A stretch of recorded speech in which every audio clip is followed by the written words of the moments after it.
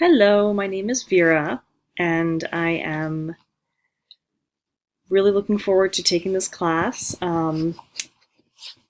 Please don't mind my dogs in the background. I have two Boston Terriers who are really crazy, so they may jump in the video at any point.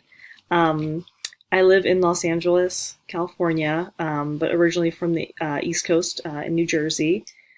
Um, I am looking to apply to veterinary school, and this is one of the prerequisites.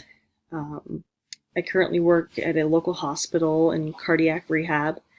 Um, I went to school on the East Coast at Rutgers University um, in exercise science, and then I went to graduate school at East Stroudsburg University of Pennsylvania for clinical exercise physiology.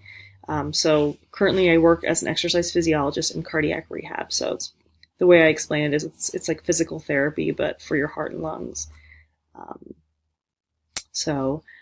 in either way, I'm looking to transition into veterinary medicine, which is something I've always wanted to do. Um, so that is why I'm here. In my spare time, I love to go hiking, go to the dog park, check out new museums, and travel.